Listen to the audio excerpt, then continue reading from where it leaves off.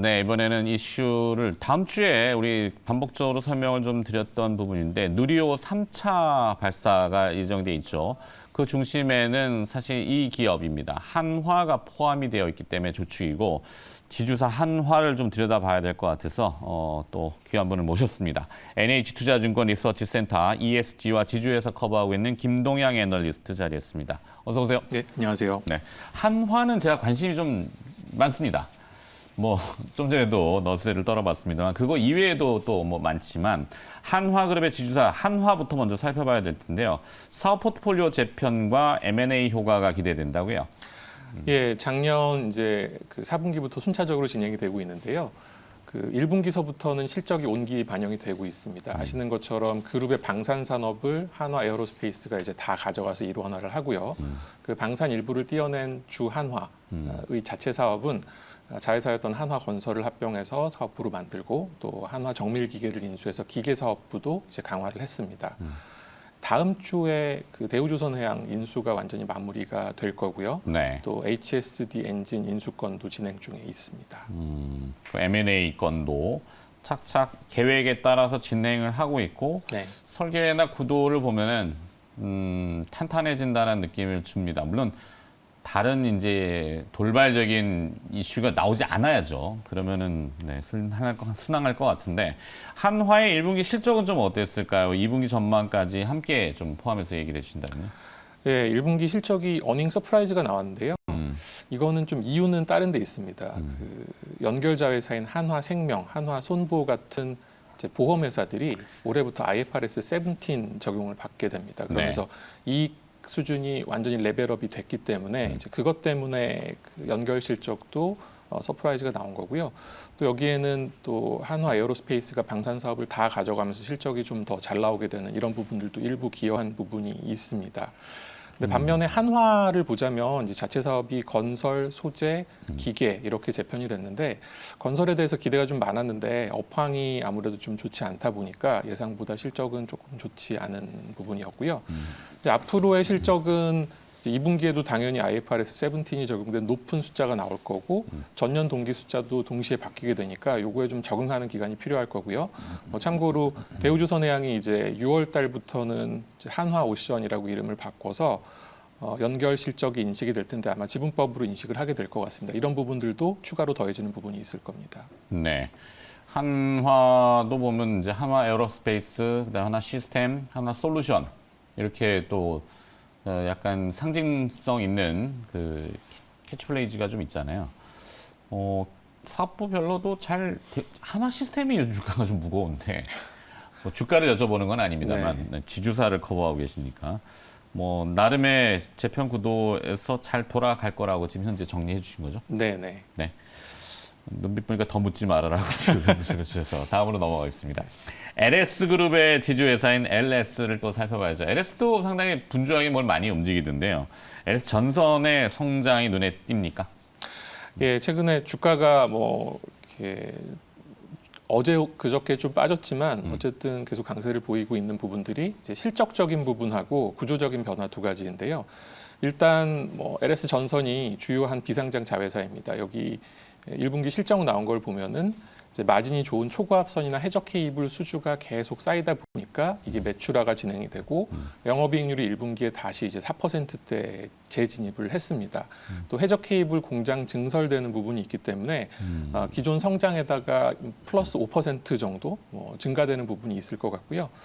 뭐 올해 영업이익 한 15% 정도 성장해서 2,500억 정도를 저희가 전망을 하고 있습니다.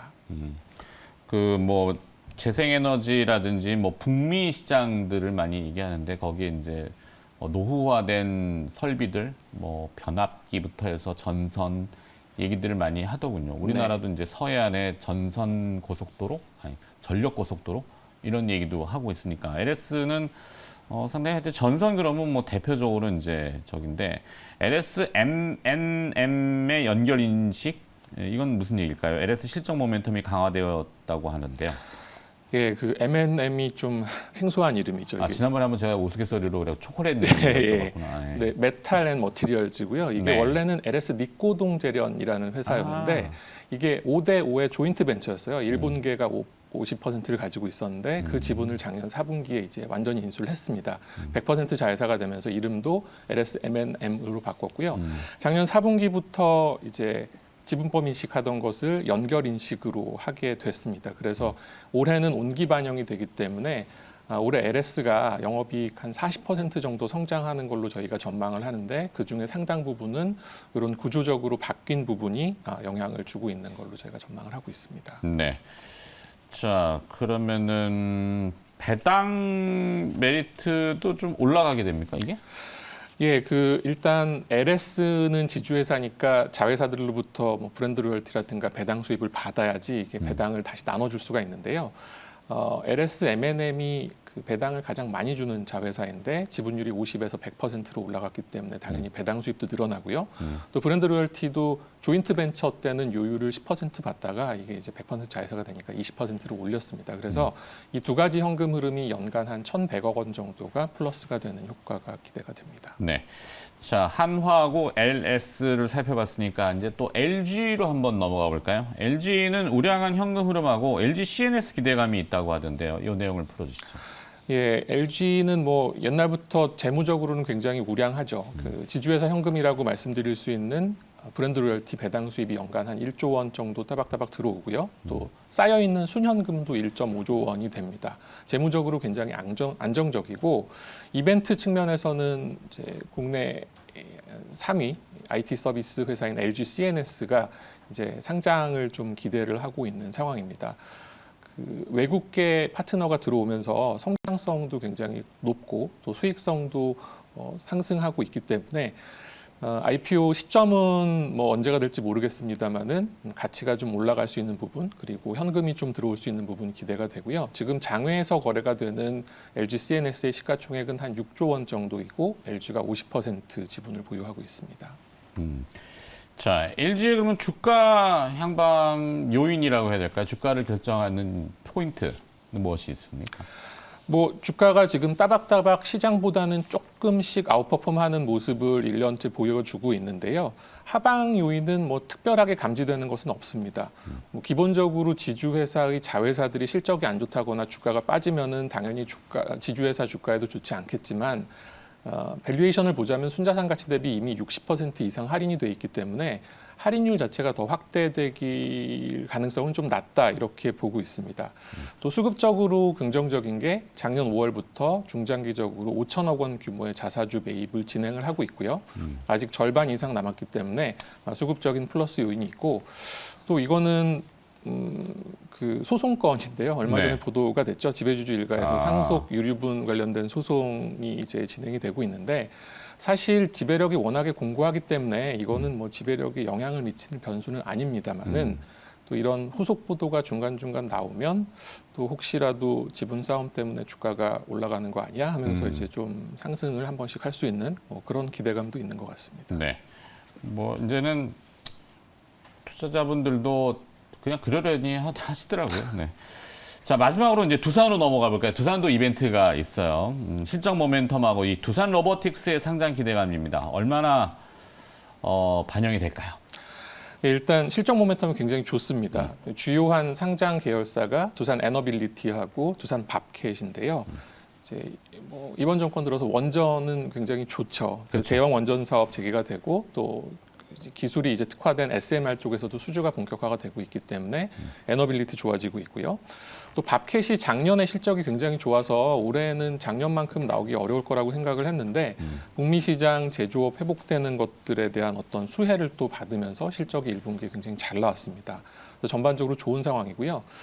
두산 로보틱스는 사실 성장성은 작년부터 조금 좀 줄어들긴 했습니다. 네. 아무래도 주력 시장이 유럽 시장이다 보니까 예상보다는 성장성이 좀 덜 나왔는데 다행인 거는 비교 대상이 되는 레인보우 로보틱스가 여전히 시가총액이 2조 원이고요. 뭐 그거보다는 더 높은 밸류에이션을 받지 않겠느냐라는 기대감이 있는 것 같습니다. 두산이 90% 지분을 가지고 있기 때문에 IPO를 하게 되면 아마 구주 매출에 따른 현금 유입도 기대가 되는 상황입니다. 지금 IPO 일정이 대충 어느 정도 예상이죠? 올해 아마 하반기에는 하게 되지 않을까 이렇게 생각을 하고 있습니다. 네. 자, 두산 로보틱스의 밸류에이션 기대감이 높다 이 얘기고. 자, 이제 네 군데 지주사를 살펴봤는데요. 그러면 지주사에 대한 투자 전략 항상 뭐 반복적으로 여쭤보지만 투자 전략하고 그 중에 또 선호되는 탑픽을 꼽는다면.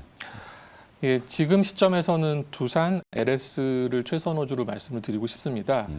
그 상반기에 지주회사들 중에서 그나마 좀 움직였던 종목들의 특징은 그 주요 비상장자 회사의 상장 이슈가 있었던 종목이죠. 두산 로보틱스, LS M&M, 그리고 뭐 CJ 올리브영, LG CNS 이런 종목들을 가지고 있는 지주회사들이 주가가 좀 움직이는 모습을 보였고 하반기에도 이런 것들이 좀 지속이 되지 않을까 이렇게 기대를 하고 있습니다.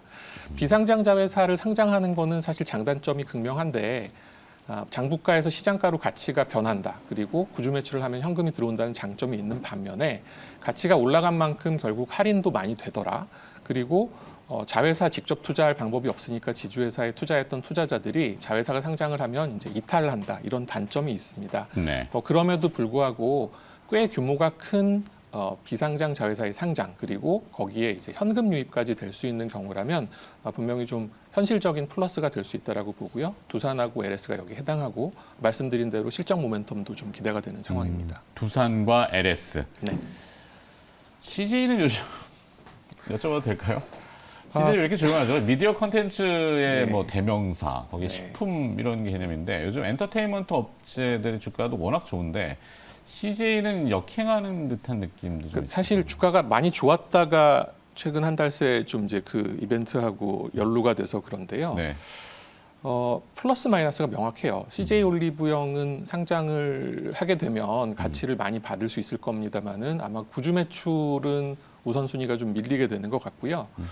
그리고 작년까지는 CJ 제일제당이라든가 계열사들이 굉장히 좋은 모습이었는데 네. 올 들어서는 뭐 주가에서도 보다시피 실적적인 측면에서 좀 작년만 못하거든요.